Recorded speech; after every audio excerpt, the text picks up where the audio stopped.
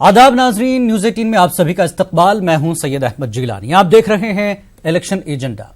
Election agenda में आज हम बात करेंगे इंतखाबात में कौमी सलामती पर सियासत की। इस बार इंतखाबी तशहीर के दौरान अवामी मसाइल बहुत कम सुनने को मिले। हर पार्टी एक दूसरे को सियासी तराजू में तोलने लगी है।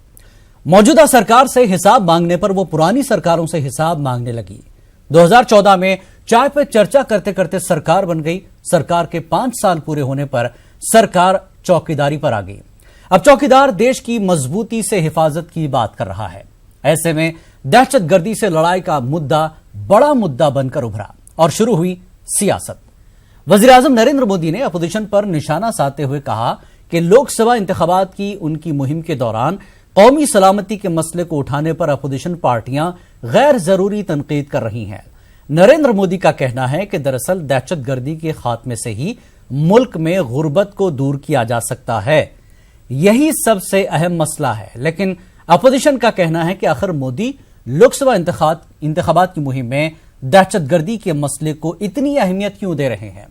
अपोजिशन पार्टियों का नरेंद्र मोदी पर इल्जाम है कि वो दहशतगर्दी के वाकयात में हलाक जवानों और मासूम इंसानों की नाशों पर सियासत कर रहे हैं।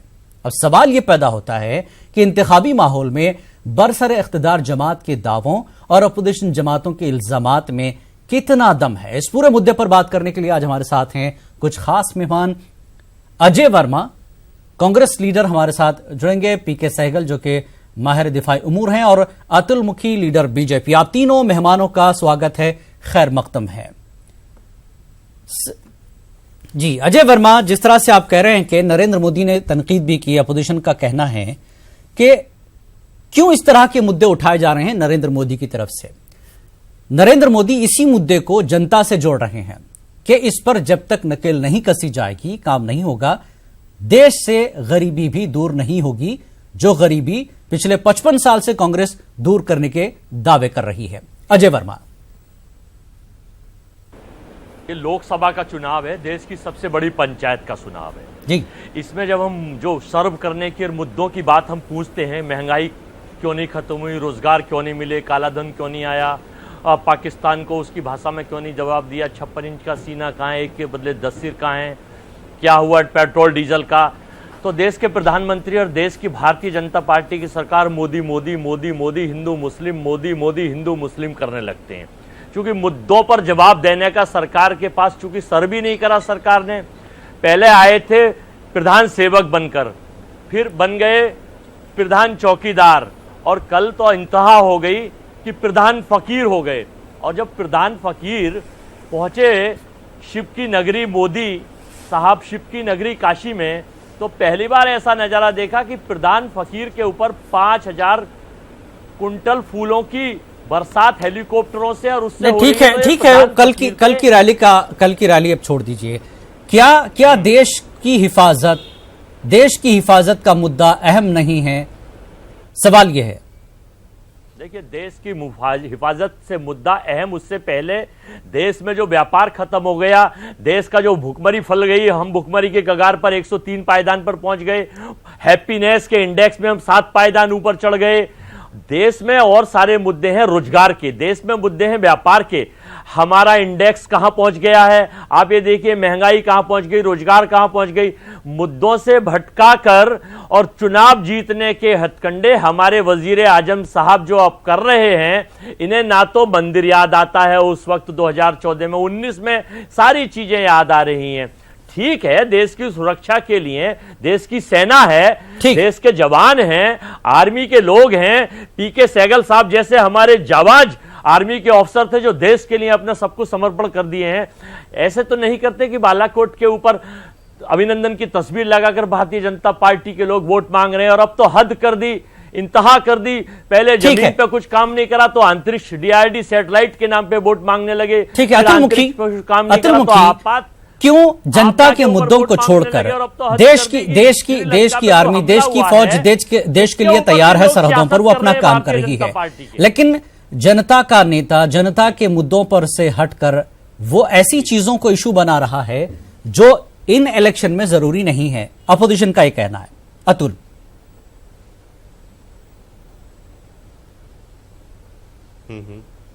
सब ऑपोजिशन का काम तो कहना है, लेकिन ऑपोजिशन को थोड़े फैक्ट्स एंड फिगर्स पे जरूर ध्यान देना चाहिए कि इन वर्षों में प्रोविडेंट फंड पीएफ के अंदर 6 करोड़ से ज्यादा नए रजिस्ट्रेशंस हुए हैं।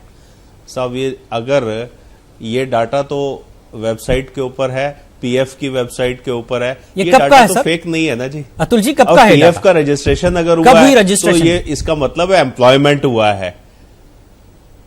सब अभी करंट डाटा है, 6 करोड़। आप यानी वेबसाइट पे अभी 19 खोल में आपने करके काम चेक कर किया। लीजिए।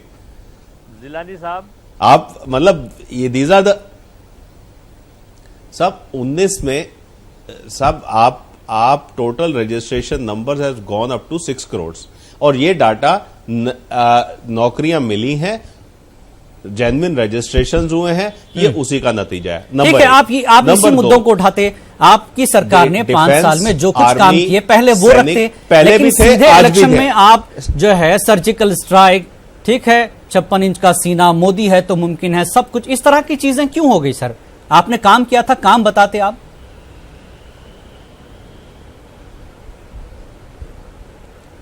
सब काम किया है, वो काम बता रहे हैं। और ये नॉर्मली एक करंट इश्यूज जो होते हैं, ये करंट इश्यूज ऐसा आ गया कि जिस मौके पर जो हमारे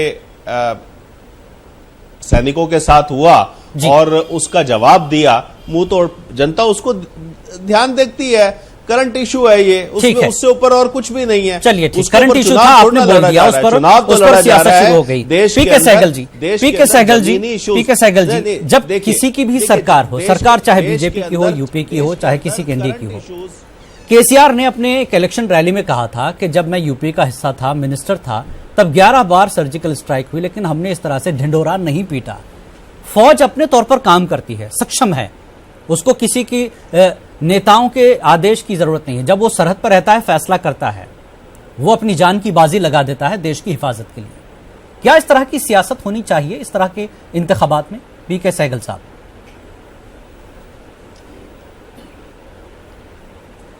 देखो, जहां तक हिंदुस्तान की फौज है वो देश की फौज है, किसी पार्टी या किसी इंडिविजुअल की नहीं है। बेशक। और अगर ये मुद्दा जो है इलेक्शन मुद्दा बन गया है तो इसके लिए खास तौर पे जिम्मेदार है हमारी ऑपोजिशन। अगर आप देखो 48, 62, 65, 71, 99 हर समय जो ऑपोजिशन पार्टी थी वो एकजुट होकर सरकार के पीछे और सेनाओं के पीछे रहे। इस बारी जब सर्जिकल स्ट्राइक हुई तो ऑपोजिशन ने प्रूफ मांगा, जो पहले कभी प्रूफ नहीं मांगा गया। जब बालाकोट स्ट्राइक हुई तो ऑपोजिशन ने इसको पोलिटिसाइज किया है और कह रहे हैं सरकार ने पोलिटिसाइज किया है। नेशनल सिक्योरिटी बहुत ही अहम मुद्दा है, जिसको जब से देश आजाद हुआ 72 साल से इसको किसी प्रकार की अहमियत नहीं दी गई। इसी की वजह कि आज तक देश में एक कोई नेशनल सिक्योरिटी पॉलिसी है ही नहीं, नेशनल स्ट्रेटेजी पॉलिसी नहीं है, कोई कश्मीर पॉलिसी नहीं है, कोई नॉर्थ ईस्ट पॉलिसी नहीं है, कोई कंसिस्टेंसी नहीं है। जो प्रधानमंत्री बनते हैं उनकी पॉलिसी हो जाती है, जो सरकार होती है उसकी पॉलिसी हो जाती है, कोई देश की पॉलिसी है ही नहीं है। बड़ा लाजमी है कि नेशनल सिक्योरिटी जो है सबसे अहम मुद्दा हो, जो बन गया है और इसका बनना है। इसकी वजह से एक जिम्मेदारी है ऑपोजिशन की। मैं 41 साल फौज में रहा, मेरे 41 साल में कोई सर्जिकल स्ट्राइक उरी के बाद जो हमने की, उससे पहले किसी प्रकार की कोई सर्जिकल स्ट्राइक हुई नहीं। ये कहना कि 11 सर्जिकल स्ट्राइक की थी, बिल्कुल सरासर झूठ है। अपने देश के अंदर ही रह के आपने आर्टिलरी फायर किया, वो सर्जिकल स्ट्राइक नहीं होता। अच्छा, केवल 3 देशों ने सर्जिकल स्ट्राइक किया सेकेंड वर्ल्ड वॉर के बाद में, अमेरिका ने, इजराइल ने और हिंदुस्तान ने। इसके अलावा किसी ने सर्जिकल स्ट्राइक की नहीं। और जिसने सर्जिकल स्ट्राइक की है और वो सक्सेसफुल रही है, उसका बड़ा फायदा हुआ है।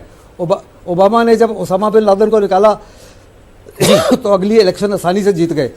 मैंने कहा बेगिन ने जब उसी इराक में हमला किया तो अगली इलेक्शन आसानी से जीत गए। जब रबीन ने एनटीबी में हमला किया तो अगला इलेक्शन आसानी से जीत गए। 3 अमेरिकन प्रेसिडेंट्स ने सर्जिकल स्ट्राइक की जिसमें नुकसान हुआ। बे ऑफ पिग्स में 62 में फियास्को हुआ जी, उसकी जबरदस्त कीमत चुकानी पड़ी। जॉन एफ कैनेडी को अपनी जान गंवानी पड़ी। उसके बाद जिमी कार्टर के समय ईरान में फियास्को हुआ, अगली इलेक्शन हार गए। जॉर्ज बुश सीनियर सोमालिया में गए, बुरी तरह हार हुई, इलेक्शन हार गए।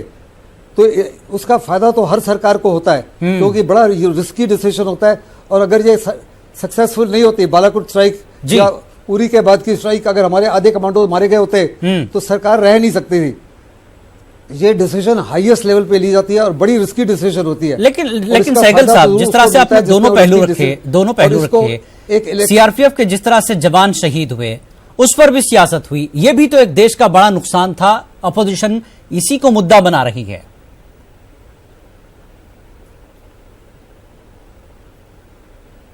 देखो 40 साल से हमने पूरा स्ट्रेटेजिक रिस्ट्रेंट दिखाया। पाकिस्तान एक छोटा सा देश है, उसके सामने हम बहुत बड़ी ताकत है, लेकिन पाकिस्तान हर समय हमको पिटाई करता रहा। जब उसने 2008 में मुंबई कांड किया तो हमारी एयरफोर्स और सेना ने कहा कि अभी समय है कि हम उसका बदला लिया जाए। हर प्रकार से तैयार थे, लेकिन वो पॉलिटिकल काबिलियत क्षमता होने के बावजूद नहीं दिखाई। वो डिसाइसिवनेस नहीं थी, पॉलिसी पैरालिसिस था। उसके बाद जितने हमले होते रहे, आपने कभी जवाबी कार्रवाई की नहीं। अभी हमने कंप्लीटली इसको सिनेरियो को चेंज कर दिया है। पाकिस्तान साफ तौर पे अभी घबरा रहा है, उसको जानता है कि अगर हिंदुस्तान के खिलाफ किसी प्रकार की कार्रवाई करेगा तो जवाबी कार्रवाई जरूर होगी। ठीक, इससे हिंदुस्तान की मजबूती बढ़ी है, हिंदुस्तान की रिस्पेक्ट बढ़ी है। और अगर इसको चुनावी मुद्दा बनाया तो अपोजिशन ने बनाया है, क्योंकि अपोजिशन को साफ तौर पे लग रहा था इसका चुनावी फायदा बहुत जबरदस्त होगा, और उस फायदे को हटाने के लिए उन्होंने खुद ही इसको पोलिटिसाइज किया है। और कह रहे हैं कि सरकार ने किया है।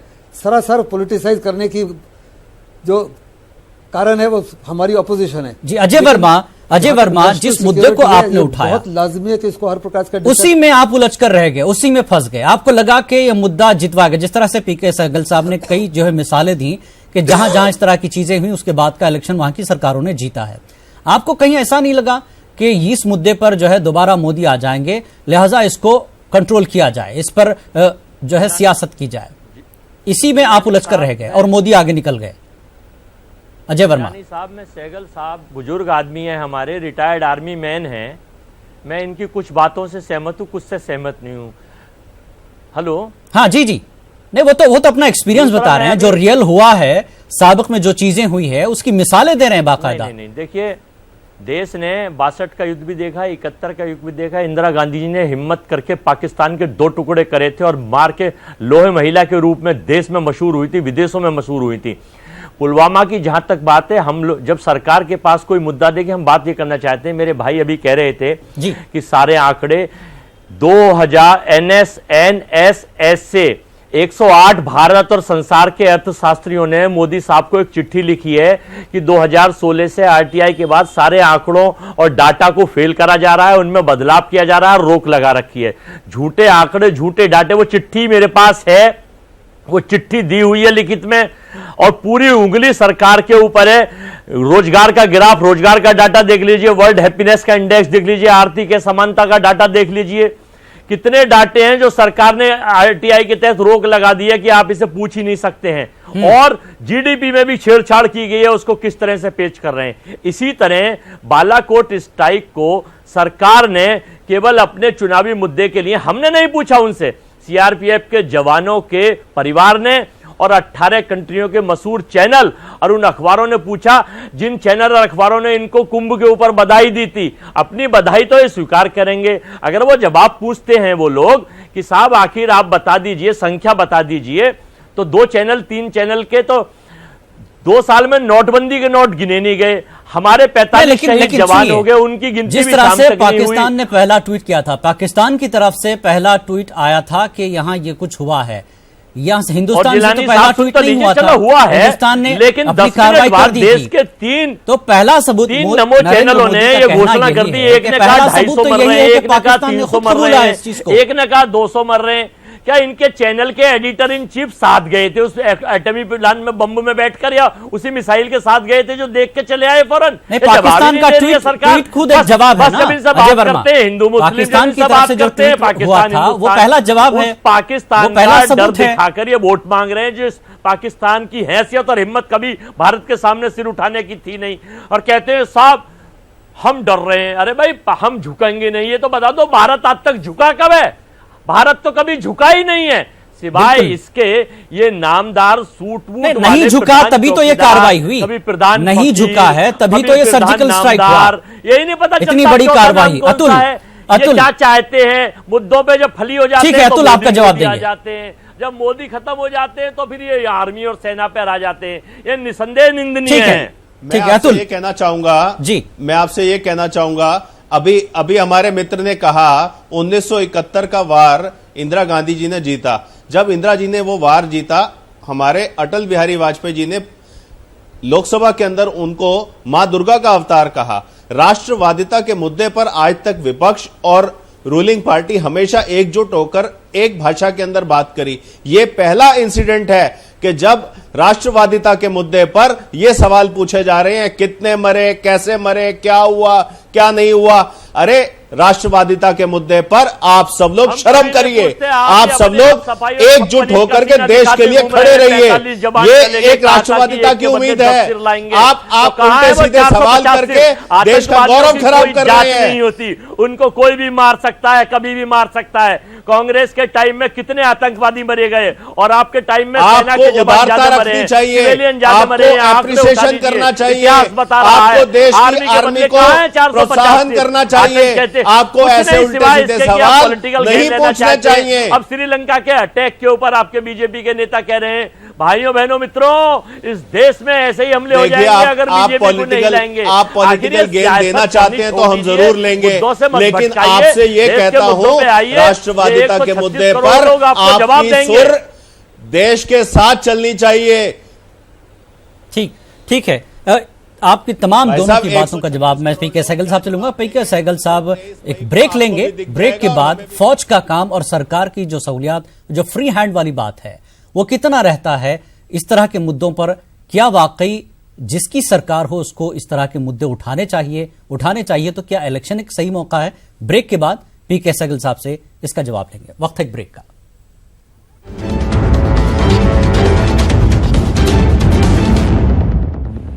इलेक्शन एजेंडा में आज हम बात कर रहे हैं कौमी सिक्योरिटी पर सियासत हो रही है। इंतखाबी मुद्दा बना दिया गया, अवामी मुद्दे कहीं खो गए हैं। हमारे साथ तीन खास मेहमान, अजय वर्मा, पीके सहगल साहब और अतुल मुखी बीजेपी लीडर हमारे साथ हैं। पीके सहगल साहब, जिस तरह से बांग्लादेश की आपने मिसाल दी, 71 का जो है वार हमने जीता है, ठीक है, ये हमारी कामयाबियां हैं। सरकार ने, उस वक्त की सरकार ने जो कुछ किया, जो कुछ काम हुए, सवाल यह है कि दावे भी नहीं किए। जो चीज दिखाई दे रही है उसके दावा करने की जरूरत नहीं है। अगर उस वक्त अपोजिशन सवाल करती, सबूत पूछती, तो फिर यही सिचुएशन बनती। यहां पर शक व शुबात की क्या वाकई गुंजाइश थी? सहगल साहब।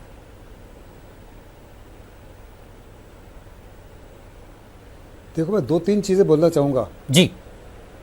ये जब उरी के बाद में सर्जिकल स्ट्राइक हुई और बालाकोट के बाद के एयर स्ट्राइक हुई, ऑपोजिशन को साफ तौर पे लगा कि इससे सरकार को बहुत फायदा होगा और पाकिस्तान डिनायल मोड में चला गया। और उसके डिनायल मोड पे हेल्प की हिंदुस्तान के ऑपोजिशन पार्टीज ने, क्योंकि हिंदुस्तान की ऑपोजिशन पार्टीज ने भी प्रूफ मांगा।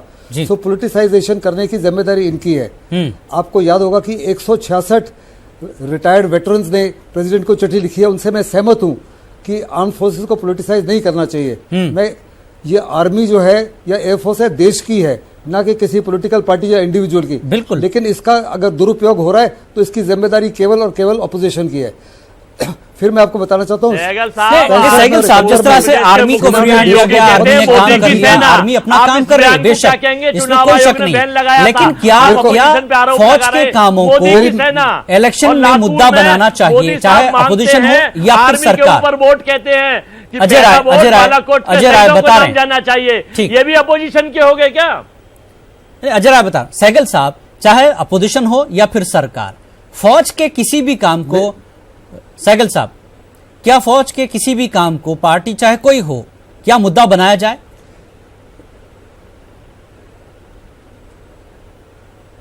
मुद्दा नहीं बनाना चाहिए। मैं साफ तौर पे कह रहा हूं, मुद्दा नहीं बनाना चाहिए। तभी मैंने कहा मैं उन 166 अफसर के साथ सहमत हूं।